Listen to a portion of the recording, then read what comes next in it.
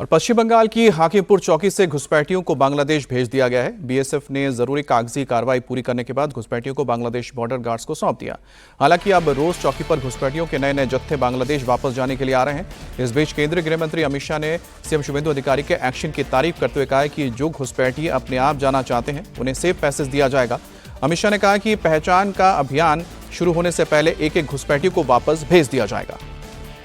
तो पश्चिम बंगाल की हाकिमपुर चौकी से घुसपैठियों को बांग्लादेश भेजने का काम जारी है। बीएसएफ ने जरूरी कागजी कार्रवाई पूरी करने के बाद घुसपैठियों को बांग्लादेश बॉर्डर गार्ड्स को सौंप दिया। हालांकि अब हर रोज चौकी पर घुसपैठियों के नए नए जत्थे बांग्लादेश वापस जाने के लिए पहुंच रहे हैं। इस बीच केंद्रीय गृह मंत्री अमित शाह ने सीएम शुभेंदु अधिकारी के एक्शन की तारीफ करते हुए कहा है कि जो घुसपैठी अपने आप जाना चाहते हैं उन्हें सेफ पैसेज दिया जाएगा।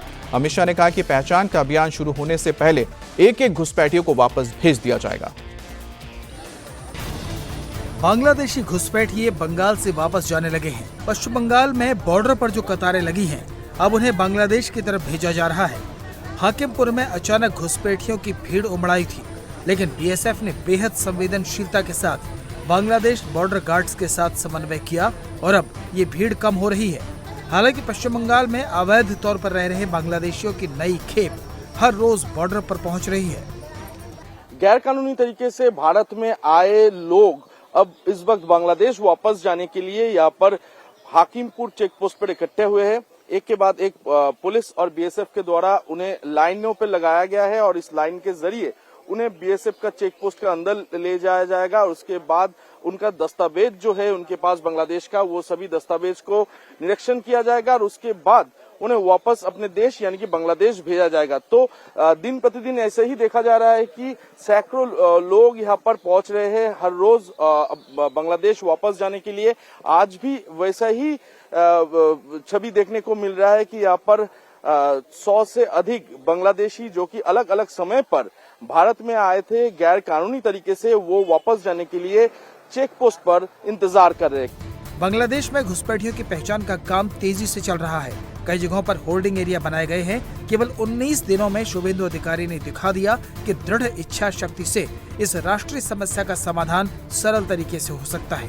यही वजह है कि देश के गृह मंत्री अमित शाह ने बंगाल से 2000 किलोमीटर दूर गांधीनगर में शुभेंदु सरकार के एक्शन की तारीफों के पुल बांध दिए। कि पहले ममता के शासन में हर रोज घुसपैठ होती थी, अब घुसपैठ करने वाले अपने आप वापिस जाने लगे हैं, अपने आप जाने लगे।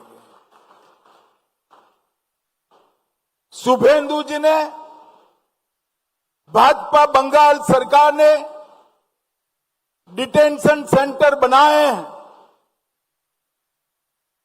मगर हम सब लोग चाहते हैं कि जो घुसपैठ कर अवैध तरीके से आए हैं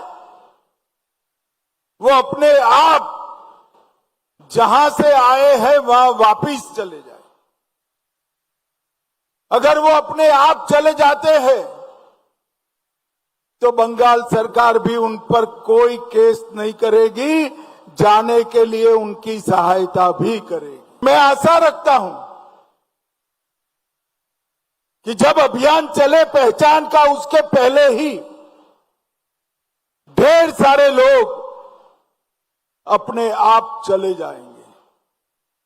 हमारी सरकार का संकल्प है देश भर से एक एक घुसपैठिए को चुन चुन कर देश के बाहर निकालना, ये हमारी सरकार का संकल्प है। गृह मंत्री अमित शाह खुद इस वक्त बॉर्डर वाले स्टेट के दौरे पर है। इंटरनेशनल बॉर्डर से लगते 15 किलोमीटर के दायरे में हर अवैध निर्माण को ढहाने का ऑर्डर जारी कर चुके हैं। साथ ही घुसपैठ और डेमोग्राफिक चेंज को लेकर सतर्क मोदी सरकार ने एक कमीशन बनाया है जो 1 साल के अंदर ये बताएगा कि देश में जनसंख्या के आर्टिफिशियल बदलाव को कैसे रोका जा सकता है। नरेंद्र मोदी जी ने एक डेमोग्राफी चेंज कमीशन कमेटी बनाने का निर्णय किया है। ये हाई पावर कमेटी देश भर में जनसांख्यिकी का जो कृत्रिम बदलाव हुआ है उसके कारणों की भी चिंता करेगी, उसके उपायों की भी चिंता करेगी और इसके लिए कोई कानून बनाने की जरूरत है तो इसकी भी चिंता करेगी। ये डेमोग्राफी चेंज कमीशन 1 साल में अपनी रिपोर्ट दे देगी और कृत्रिम डेमोग्राफी चेंज जो है उसको रोकने का हम काम करेंगे। अमित शाह भारत की अंतर्राष्ट्रीय सीमाओं को सुरक्षित करने के लिए राजस्थान, गुजरात, त्रिपुरा और पश्चिम बंगाल के बॉर्डर सुरक्षा दौरे पर है। ये दौरा करीब 20 दिनों का है। इसका टारगेट देश के ईस्टर्न और वेस्टर्न बॉर्डर पर घुसपैठ और तस्करी पर पूरी तरह से रोक लगाकर उसे स्मार्ट बॉर्डर में तब्दील करना है।